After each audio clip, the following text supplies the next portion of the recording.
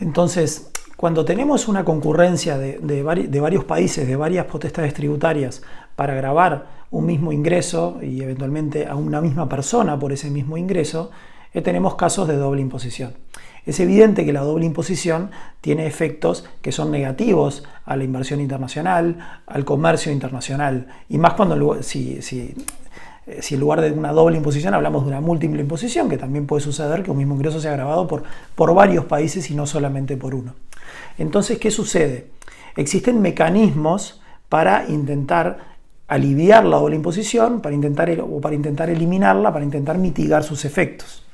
Esos mecanismos son, en primer lugar, unilaterales, es decir, los propios estados por sí mismos, como son conscientes de esos efectos nocivos, tienen en su derecho interno determinadas normas que eliminan o mitigan el efecto de la doble imposición.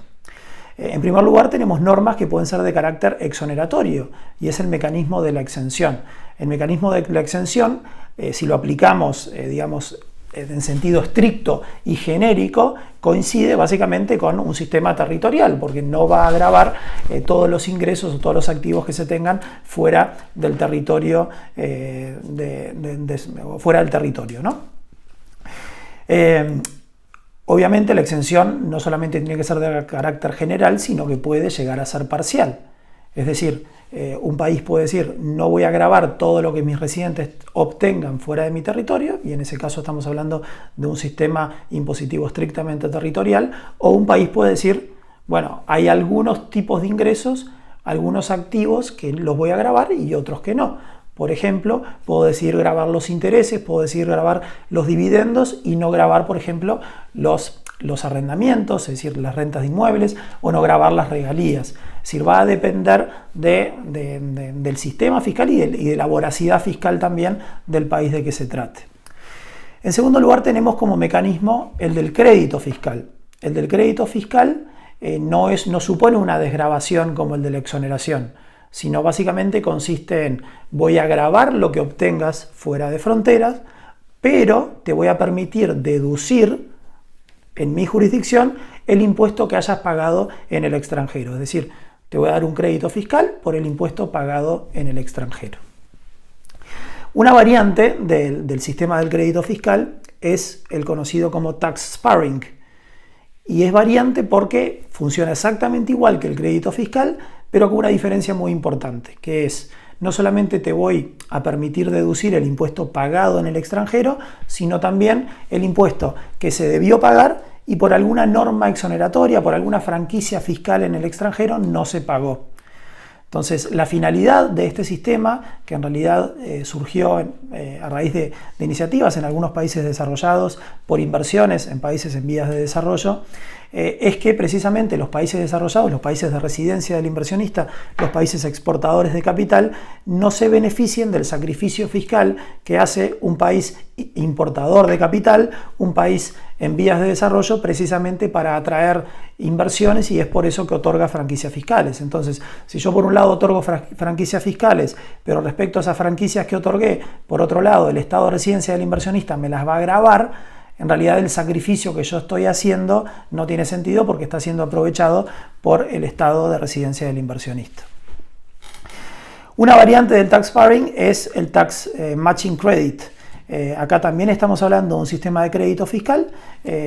pero que básicamente parte de un supuesto de una tasa presunta de imposición en el país de la fuente. Es decir, no es ya el impuesto efectivamente pagado, sino que voy a considerar que todas tus inversiones en determinado país o todas tus inversiones en el extranjero, eso va a depender eventualmente del sistema interno,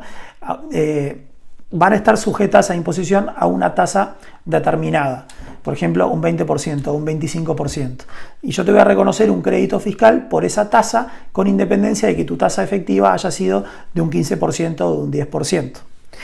Esta serie de mecanismos normalmente no son instrumentados de forma unilateral, sino que forman parte también de la otra modalidad para eliminar la doble imposición, que son los convenios entre países para evitar la doble imposición y también, bueno, para intercambiar información tributaria y para prevenir la evasión fiscal, que es el nombre que llevan estos convenios hoy en día. Es decir, por un lado tenemos mecanismos unilaterales y por otro lado tenemos también mecanismos bilaterales, que son estos convenios. Y estos convenios lo que hacen es distribuir la potestad tributaria, es decir, la potestad para gravar, entre un estado de la residencia y el estado de la fuente donde se realiza la inversión, donde se obtiene el ingreso. En algunos casos la potestad tributaria la va a tener el estado de la residencia, en otros casos lo va a tener el estado de la fuente, en algunos casos el estado de la fuente va a poder gravar de acuerdo a su derecho interno sin limitaciones, en otros casos va a estar limitado, sobre todo en cuanto a las alícuotas, a las tasas, en virtud del propio convenio. Eso ocurre sobre todo en los artículos, por ejemplo, 10, 11 y 12, que son artículos de dividendos, de intereses y de regalías.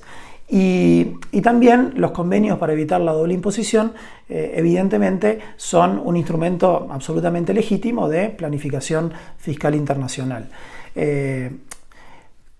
Hoy en día, los propios convenios y también muchos estados, en su normativa interna, contienen evidentemente disposiciones que intentan impedir el uso de estos convenios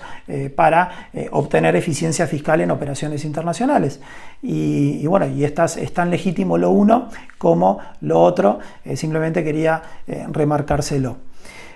Por otro lado, los convenios son utilizados también para intercambiar información tributaria, son utilizados también para, en temas de, digamos, tributarios administrativos, de cooperación entre las administraciones tributarias.